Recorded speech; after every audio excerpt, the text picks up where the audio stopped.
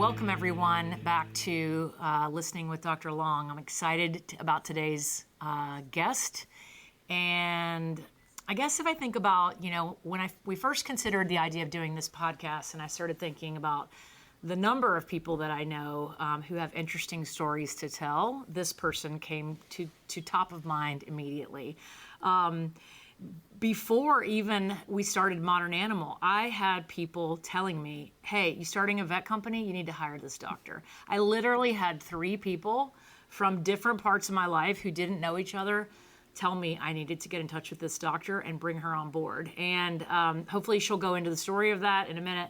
But it took a couple of years to make it happen, but we finally did. And I'm so excited to have her as part of the Modern Animal family. I'd love to welcome to our podcast today, Dr. Meline Joaris.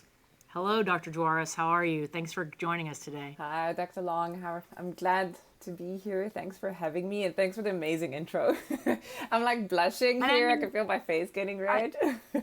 You look amazing. I didn't even leave out the most important part, which is that you and I have a lot in common in terms of things that we've done. But I think probably the most important thing we have in common is that we are both aficionados of elderly Chihuahuas. Yes.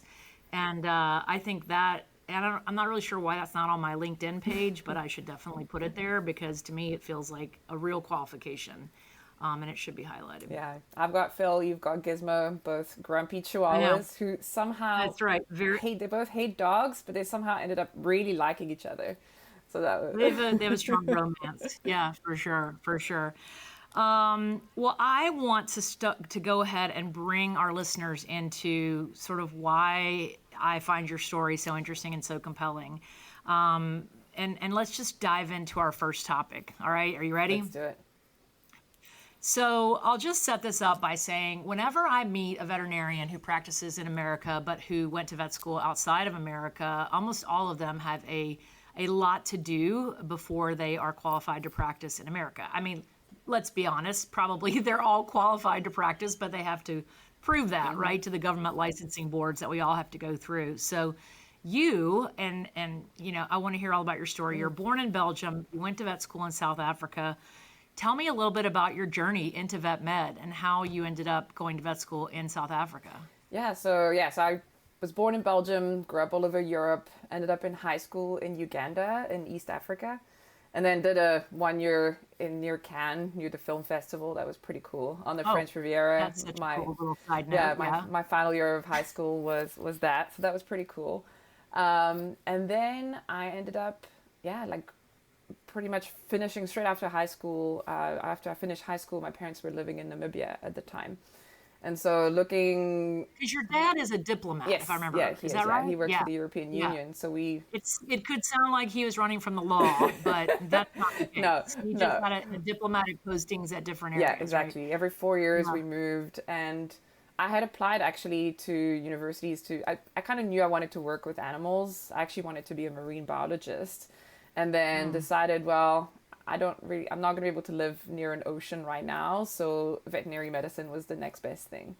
And I applied in Canada, I applied in Australia, I actually got into all those universities, but realized I just loved Africa so much, like the wildlife, the people, the lifestyle. And so, South Africa was obviously the obvious choice at that point. Onderstepoort, which is the university, which is... The vet school in the University of Pretoria is really the only one in sub-Saharan Africa that's recognized internationally. I didn't know that. Yeah, so I applied 2004, started in 2005, moved to a whole new country by myself, didn't know anybody there, and then started university in South Africa. I was 17 when I started. Yeah. And because in South Africa, and this is true of I think this is true of Europe also, right? Most people who are studying veterinary medicine start, the year that would essentially correlate with like your freshman year in college in the U.S. And you go straight on for 5 years, and you come out a doctor. Yeah, so right? we did 7 years in South Africa. It was 7 years. 7 years. Oh wow. Okay. So I did 7 years. Met a South African boy, and then in my final year of vet school, he went to the UK, and so I ended up moving to the UK afterwards to join him. But the university in South Africa was it was amazing. Like just the quality of the education. We had a lot of like practical, like hands-on experience, which is quite different, I think, to this is what I noticed when I met, veterinarians who had studied in the US or Canada. Like they didn't have quite as much crazy practical real life stories. Yeah. Was that with some of the wildlife in South Africa So there was and some the wildlife. dangerous? Yeah, like we did some wildlife things. I didn't do any of the like big, like rhino, elephant things, except for a rhino autopsy. Oh, sorry, elephant autopsy. We had to do a giraffe autopsy. Oh, cool. I once carried like a baby ostrich with a broken foot through the clinic, and it had a sock on its head so that it wouldn't be scared, just with a little hole for its beak. And it was covered in lice. And I don't know if you've ever seen ostrich lice, but they are No, ginormous. I cannot say I have. They're enormous.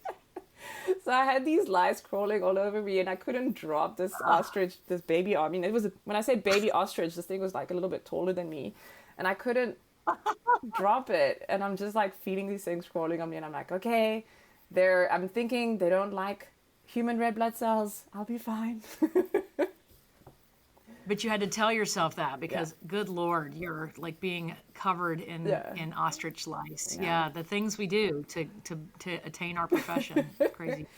Yeah. So there we go. First, pretty crazy story there. That was a good one. I remember that.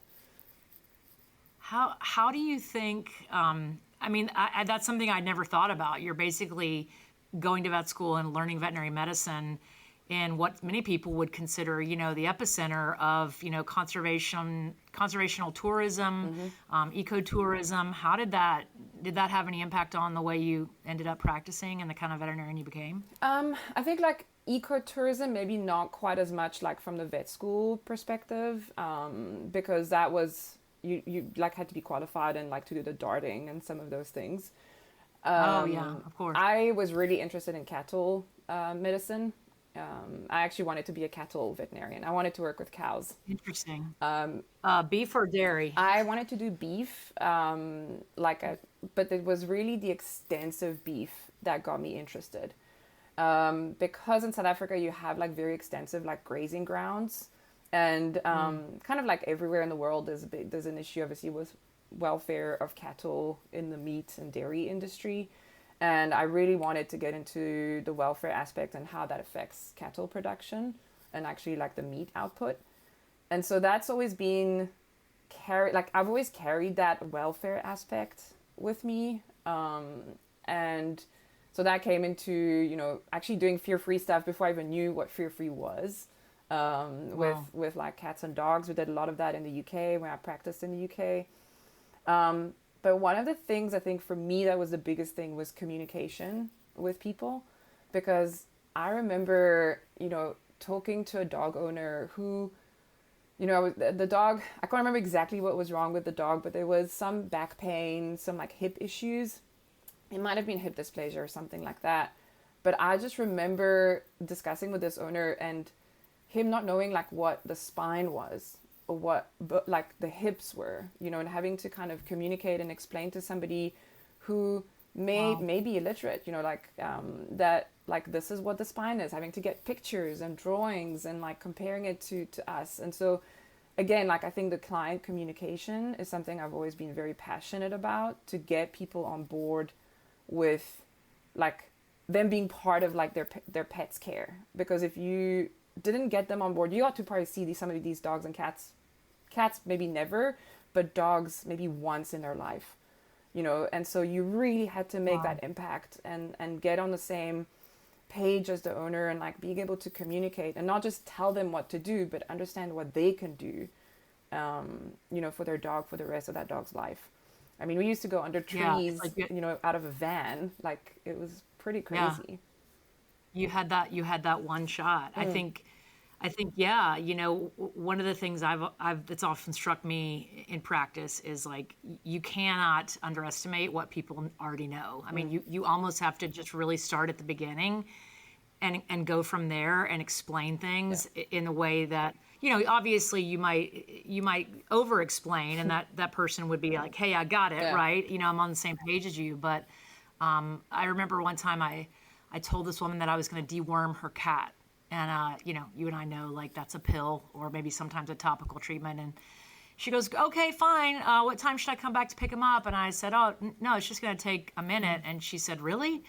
She thought I meant we were going to do surgery to remove worms from her cat. And I was amazed that she would trust me immediately to do that for her. But it just proved to me that, people they really don't have a big understanding of the kind of work we do. And I think you're right. Like anytime we can build that partnership with them, that's so interesting that it really became obvious to you so early in your career.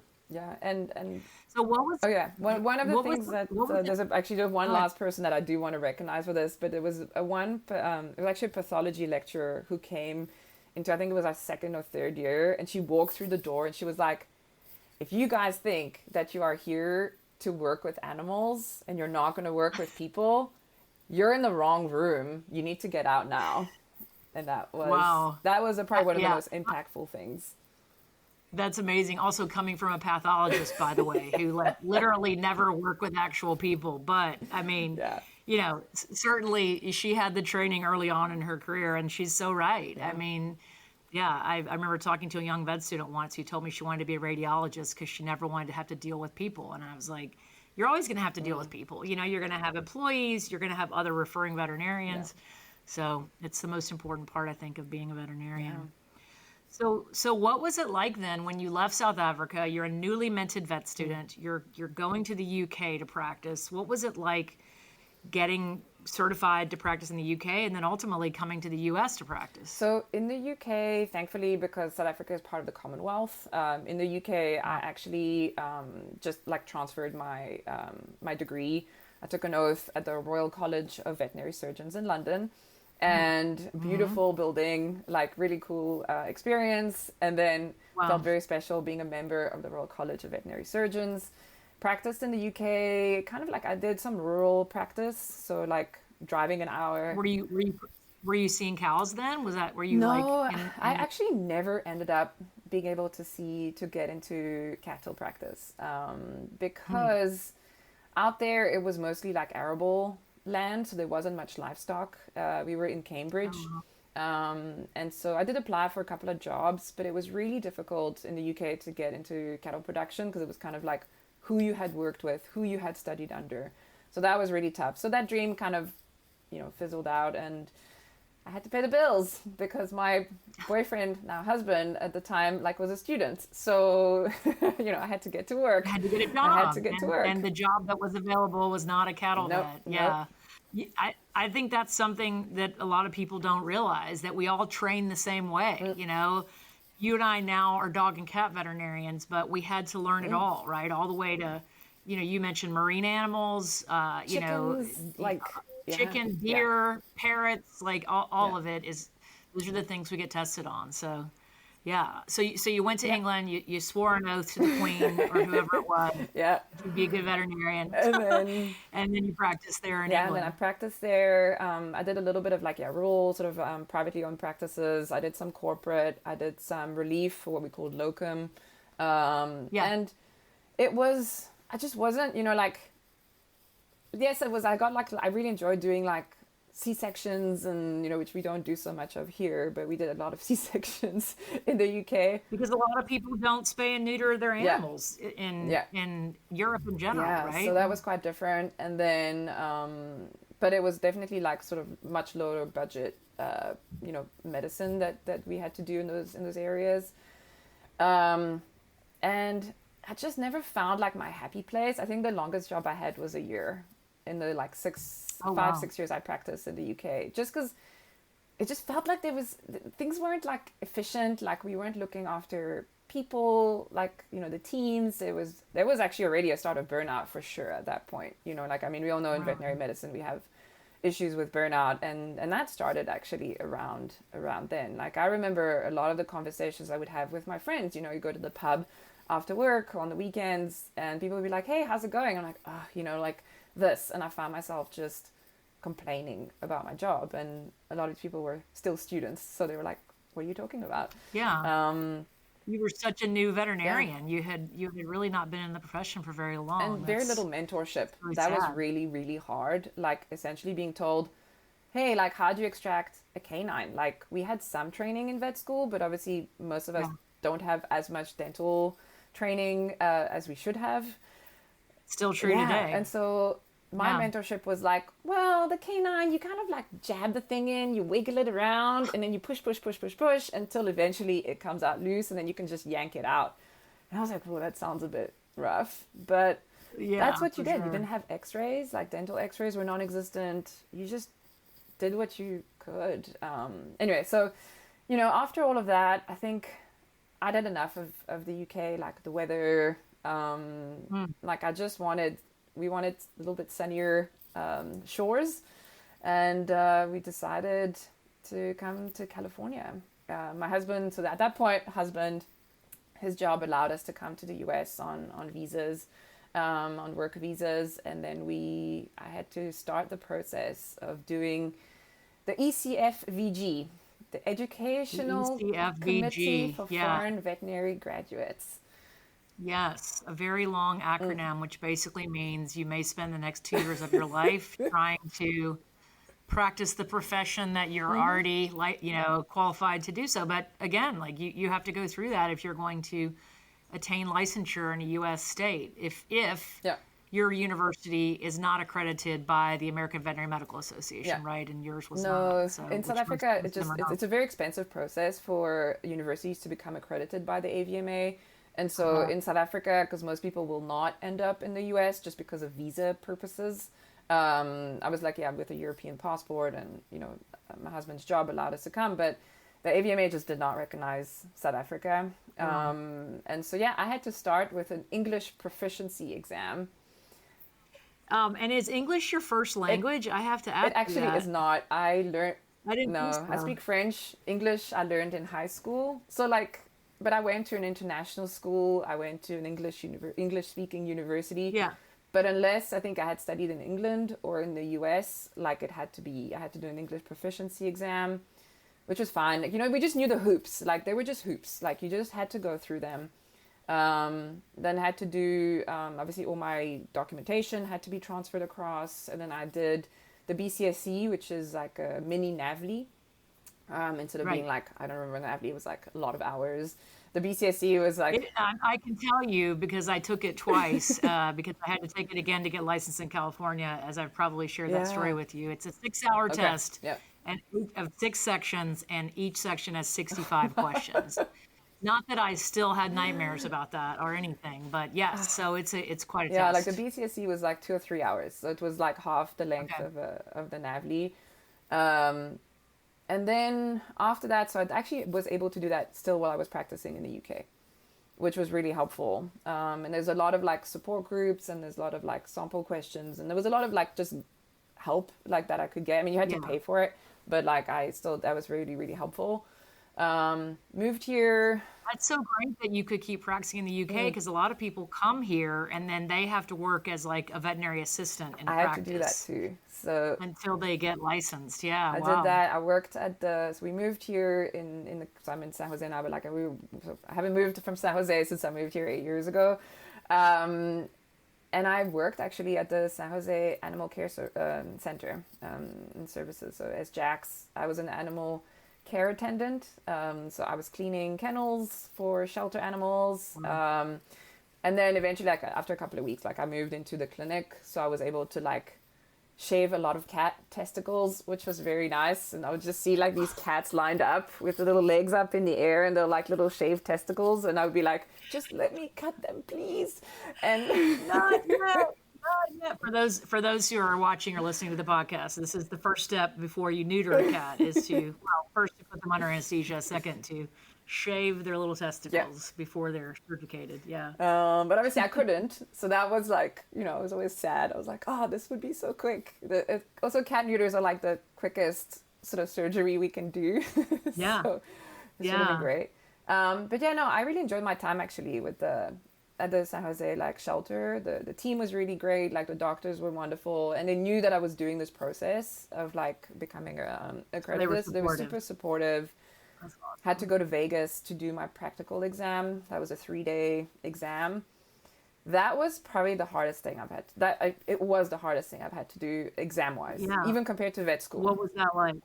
Yeah. It was 7 panels. There was a radiology one where you had to go through like take X-rays, like how you collimate, like the different settings, how you interpret, like all of those things. There was a post-mortem. The cat that I had to do a post-mortem on probably I stayed in the Vegas sun a little bit too long, so that was not the best experience. Yeah. Wow. Wow. It was also the hottest day. It was the hottest week in Vegas ever recorded when I was in Vegas doing these exams. And I'm now in the horse stables because we had to do a horse one as well. There was a whole horse panel, equine panel, Wow. in overalls, gumboots, having to do like, was it lameness exams, having them trotted out. Had to do a cow, like pregnancy diagnosis. So we had cattle, sheep as well. So these were all panels. So that was the first 2 days. And then I had to do a small animal panel as well, which you had to do an appointment, like a mock appointment. You had to do then practical procedures. And then the last day, it was a timed spay surgery for the half of it for 2 hours from shaving until you finish, but like all the things in between. And you don't have a nurse, No, right? you're doing everything, but you have to yourself. choose your instruments. Yeah. You have to like set up all your lights, all your things in between. I'm Wow. quite tall, and my gown actually broke as I put it on, like because they only had tiny paper gowns, and so I'm putting this gown on, and the whole thing tore, and so now I'm like I've washed my hands, I'm all sterile, I'm ready to go, and the freaking gown tears as I'm putting my gloves on. I have to do the whole thing over again. Within the 2 hour time was... frame. So,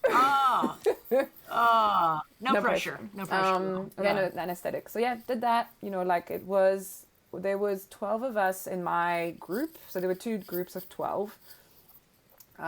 2 of us out of 12 did not get kicked out outright that day. Wow. So 10 people had to essentially repeat the whole thing at some of the panels. Yeah. Yeah. It was really the hardest thing that I've ever had to do. Being friendly goes a long way. So, smiling and thank you and yes, please. And, like being friendly goes a long way. People were like jokingly and like that was really nice to make you feel more comfortable and less nervous. But yeah, it was hard. And then after that, it was the NAVLI. So that was okay. Like that, I did okay. And then this California law exam, and then the California also vet exam I had to do. Because at that time, California had its own licensing exam for veterinarians. Because I took that as well. Yeah, and then they still have a law part. So what was that start to finish time wise? I started June 2016, July 2016, when we decided to move, and then I actually got the email that I had my California license on my birthday, so March 27th, 2018. Wow, almost 2 years. 2 years. And That's obviously crazy. it's an expensive thing to do as well, so not everybody can do that. So yeah, that was really, really hard. I'm always so impressed with people who go through that process. So kudos, hat is off to you. So thank you for walking us through that. I've done that for a lot of my friends, a lot of people from South Africa and Europe who want to come here, like probably 2 or 3 times a year. I give them somebody I don't know a call and just go through it with them. And I probably would say like 2 people so far over the last 10 years. Over the last 6 years has taken me up on actually doing it. Because once they hear everything involved, they're like, yeah, maybe I'll just stay here as opposed to moving to the U.S. I mean, I think it's good that we're very rigorous about, who we decide can practice here. And I'm glad there are steps to getting licensed. But my hat is always off to people who go through that. All right, so you're licensed now in America. You're here, and I know you've worked in some practices. Right now for Modern Animal, though, you are our lead virtual care doctor, and this is not your first virtual care rodeo, as they say. You've had other positions doing this type of care. Which, I mean, we could spend a whole podcast, right, talking about telemedicine and virtual care and veterinary medicine. But tell me a little bit about about you personally, what attracted you to the idea of caring for pets in a virtual setting? So I think like for me, again, because I think even initially like in clinic, like I moved around so much between clinics. I just never found, I mean, I know people always say, oh, the grass is greener on the other side, and then you get there and it's not. But for me, it was really like, this was so bad. Like I just needed to move on. I just needed more, if like I like efficiency, I like guidelines, I like protocols, I like I like also the mentoring and like the communication aspect, like a lot. I like talking to people. Like this is what I like a lot of veterinarians. I actually really enjoy talking to people. And so, like I think just moving on, I was just like, there just isn't really this thing that makes me happy. I was still talking to my friends about how crappy my day had been, how stressed I am, how, like I'm not sleeping well and I'm anxious and I'm exhausted mentally and physically. I mean, my first job, actually, I used to drive an hour to this clinic. This was in the UK. So I had a crappy car and I would drive in the British countryside in winter. And like after a few months of doing this, like I used to have to stay there overnight because we did our overnights.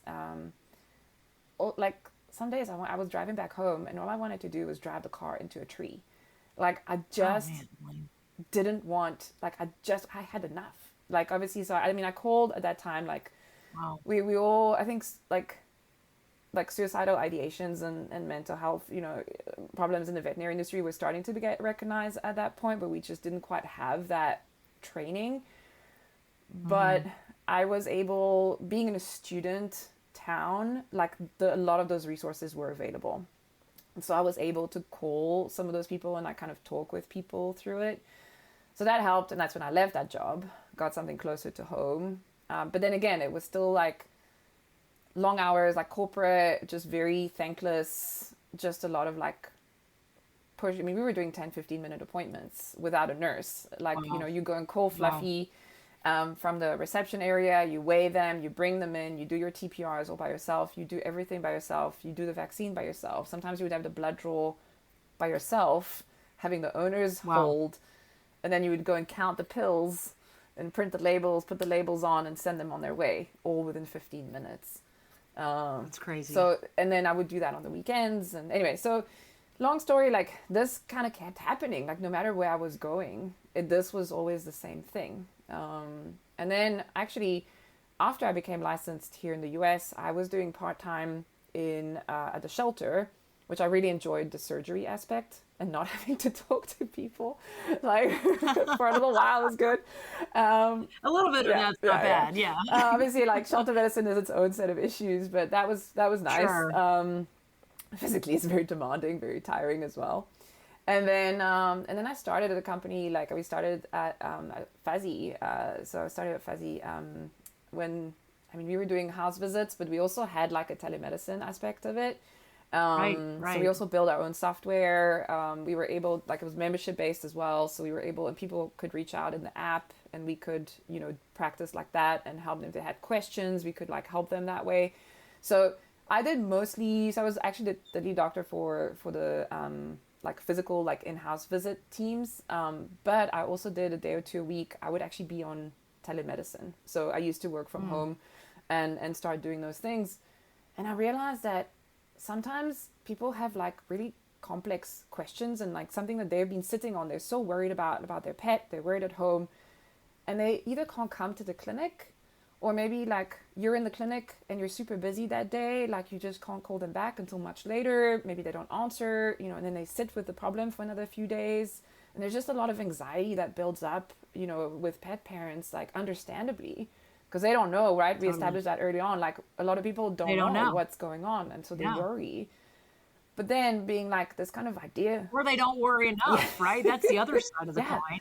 They don't know either way. So, like being able to like on telemedicine, like it could be an answer that could be actually pretty quick and it would reassure them. And people be like, oh, I'm so glad this is not a problem. I'm so glad this is fine.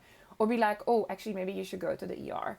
Right. And they weren't necessarily, they didn't feel like they felt like, okay, like if I need to go to the ER, somebody's actually told me I need to go. I'm not just going and then being like, oh, it's 4 hours, wait, I'm going to turn around. But really, you should have waited those 4 hours. So yeah, so that was like my first sort of little like testing the waters on that. And then actually that's when in 2019, that's when you called me. That fated day. Yeah, actually, I think it that's, was October yeah, 2019. I think it was October. that's Yeah. crazy. Oh, I can't even believe that. And that's like not long after I had started at Modern Animal. So you and I had talked for a long time before you came on board. I want to rewind a minute to something that you said, and you were just describing the model at Fuzzy, which for those of you who are listening, Fuzzy was one of the very first veterinary telehealth companies. Like Meline said, they would do in-home visits, but they also had telehealth as well. And I also, kind of around the same time you were at Fuzzy, I was also part of another telehealth company. And one of the things that always struck me was a couple of things that you just said. One, yeah, people very highly valued this. And many people walked out of the vet hospital with, I'm sure, what the veterinarian thought were very clear instructions about what to do. And then got home and were confused and needed help, right? And that's where these services were so helpful to people. But the thing that always struck me is a lot of these pets still need to be seen, right? And so, if you're a company like Fuzzy, either you have to wait for a home visit or you have to go to an emergency clinic.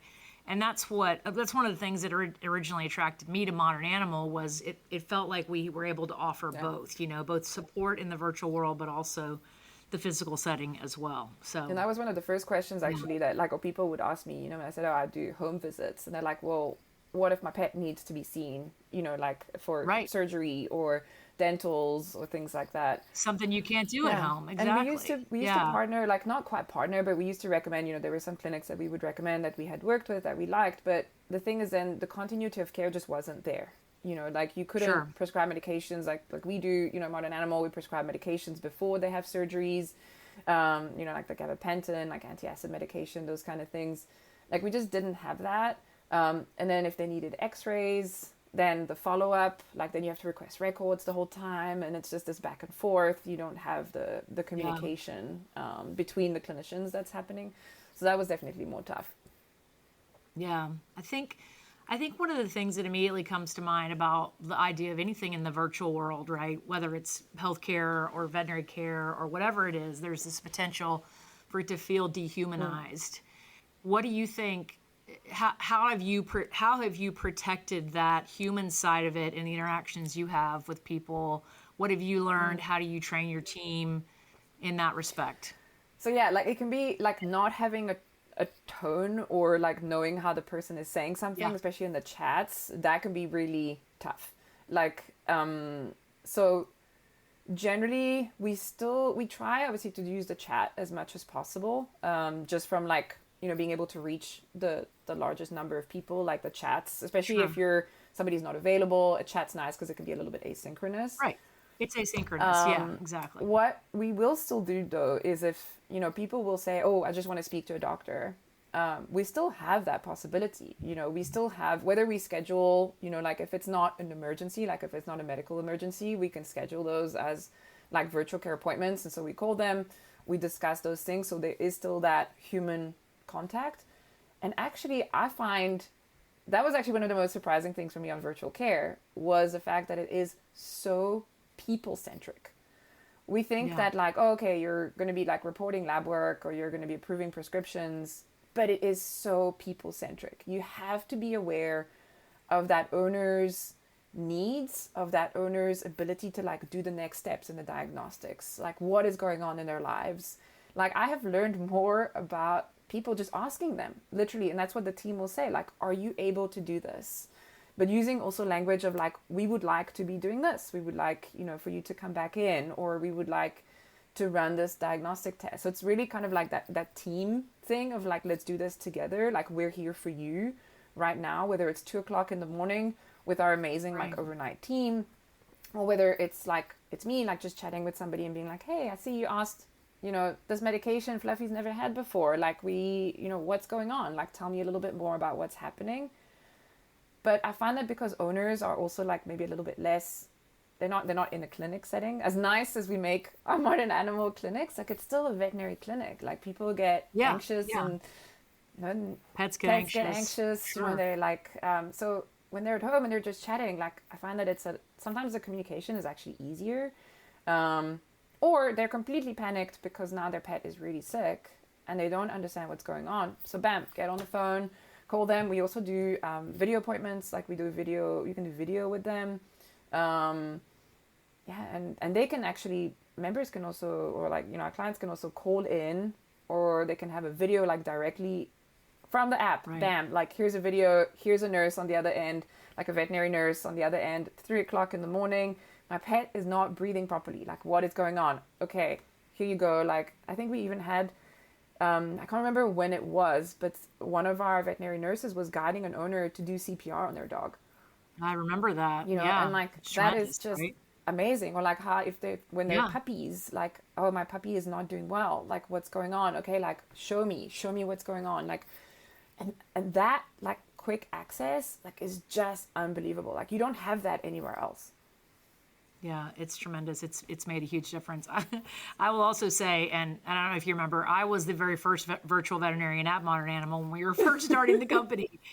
And, people are very relaxed in their home setting to the point where I wasn't sometimes not sure if people had clothes on, below the view of the camera. And I also remember people taking virtual care appointments while they were like driving down the freeway. And I would be like, this is great, but I cannot talk to you while you're driving. Like I think we were breaking some laws here, but you're so right. It creates a setting for people to really be more comfortable and I think probably they retain more than they do when they're in the veterinary office. I don't have any science to prove that. Also, like their pet they're not anxious about their pet being anxious. Exactly. When you do a discharge, like after a surgery, like what's the number one rule? You never bring out the pet before you've told them about all the medication, about all the post-op care. Because they're not going to hear you. They're focused on their pet, as they should be. Yeah, absolutely. So, it's funny.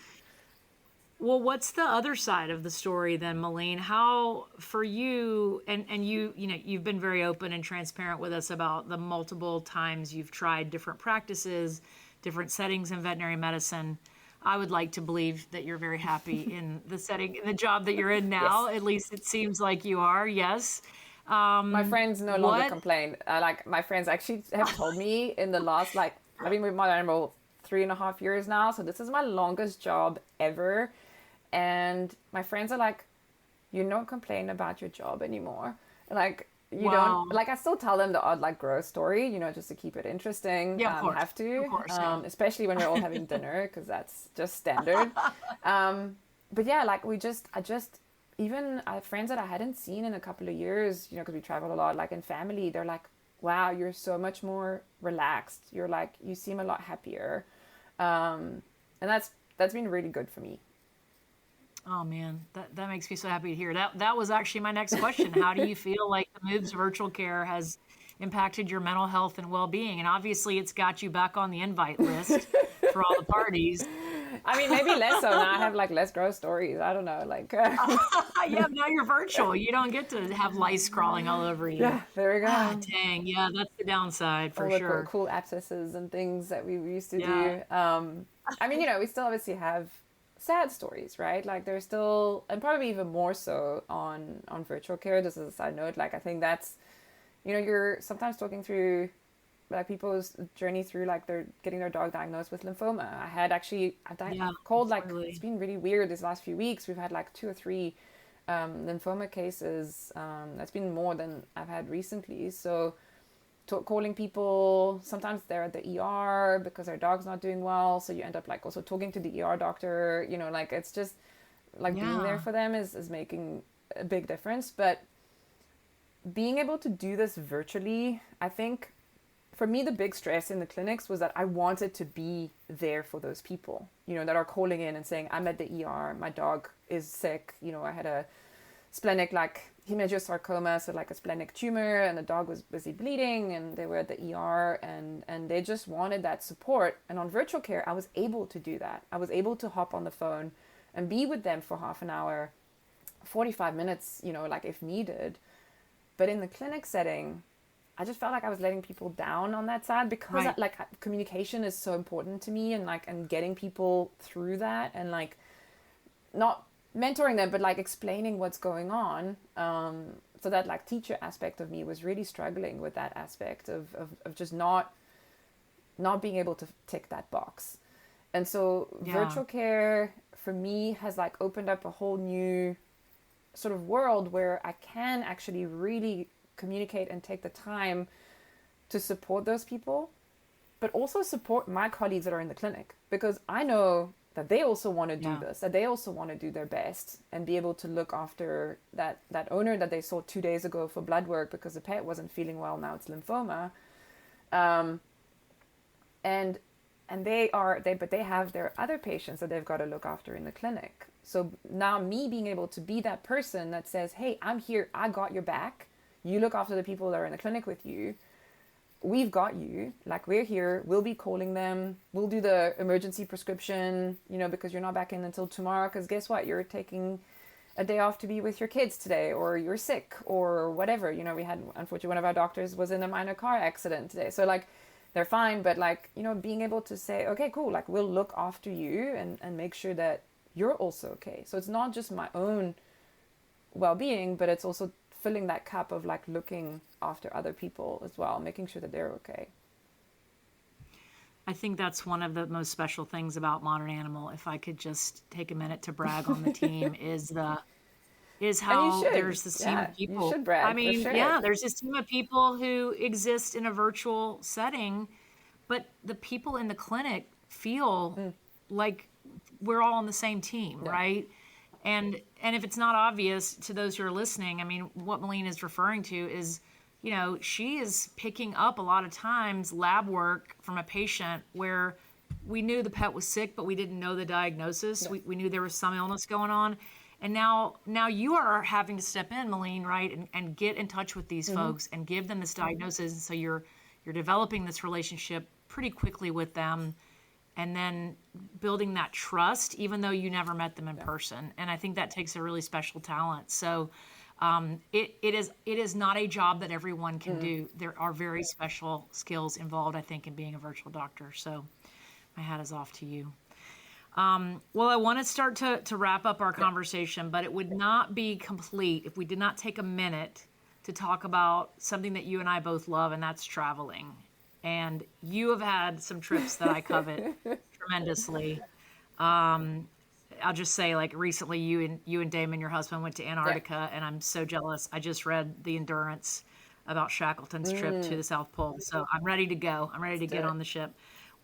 Tell me, like, why is travel important to you? Why is it something that you seek out opportunities to go to far-flung corners? So I think, I mean, like, definitely moving as a kid, like, that was, like, growing up, like, moving every 4 years. I actually did my family tree, and my family has been in the same area of Belgium for like 1,000 years.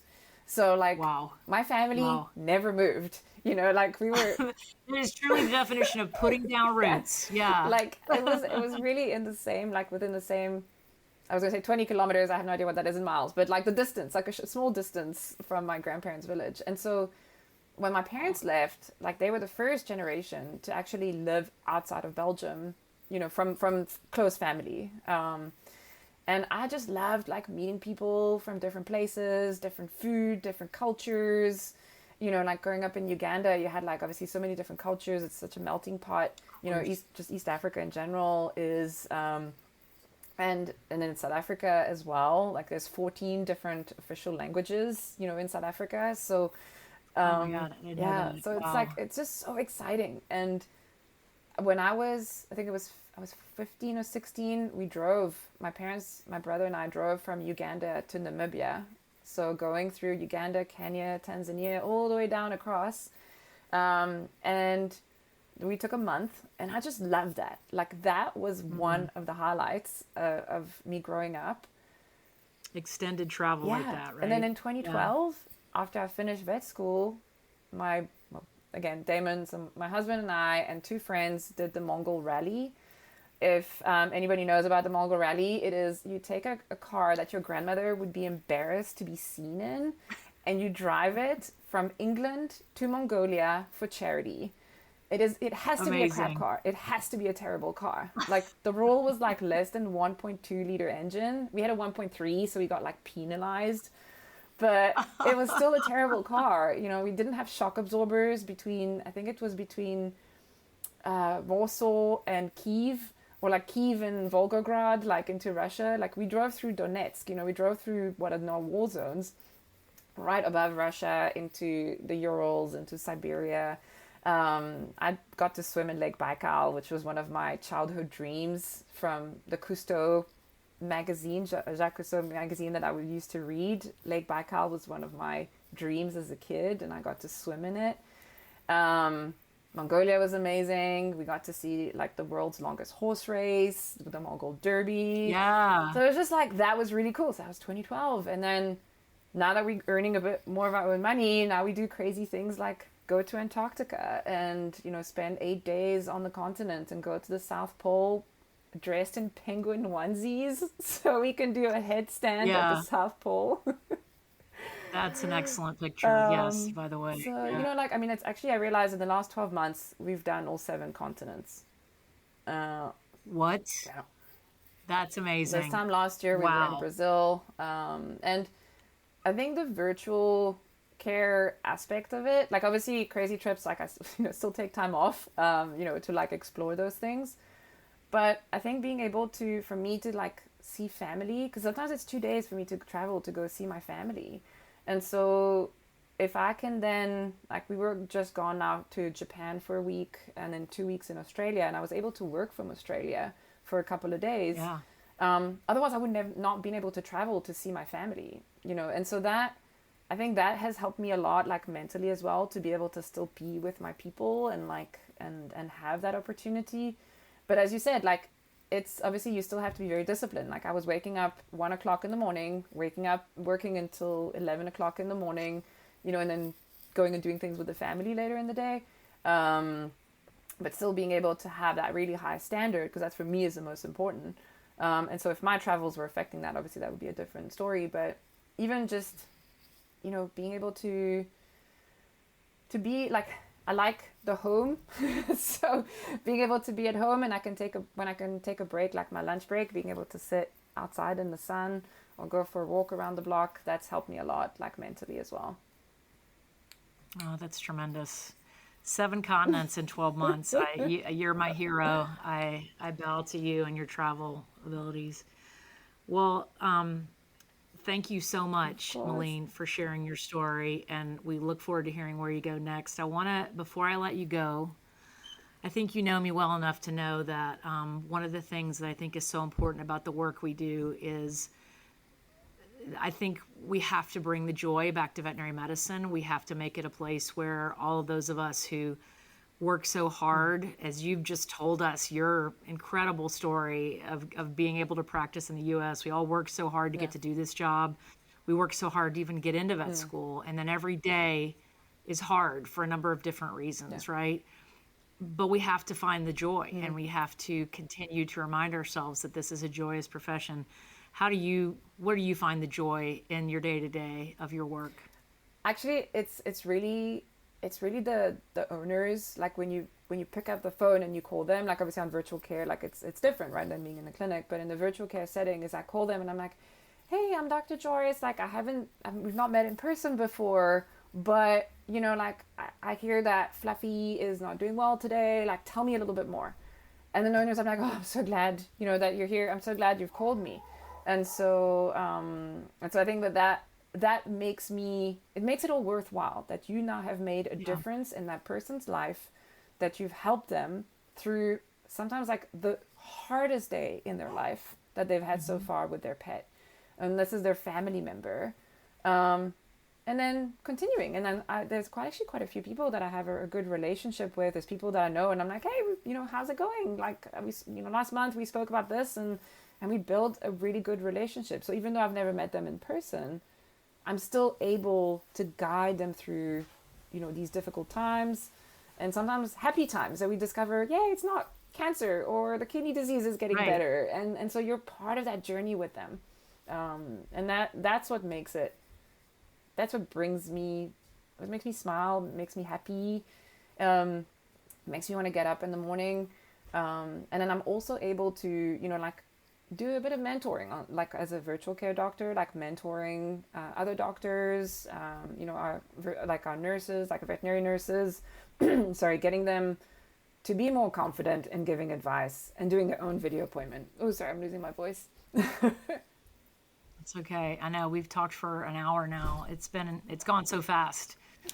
I think that's so poignant to me, Meline, that a lot of times that your joy comes from that connection with people, even though a lot of times it's not a joyous conversation. It's a sad conversation or a conversation that you have to really work to help them get through.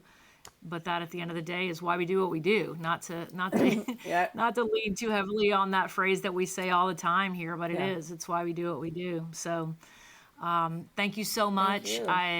I always love seeing you. I love hearing your story, and it's why I wanted to share it with everyone who's listening. So thanks for being with us today.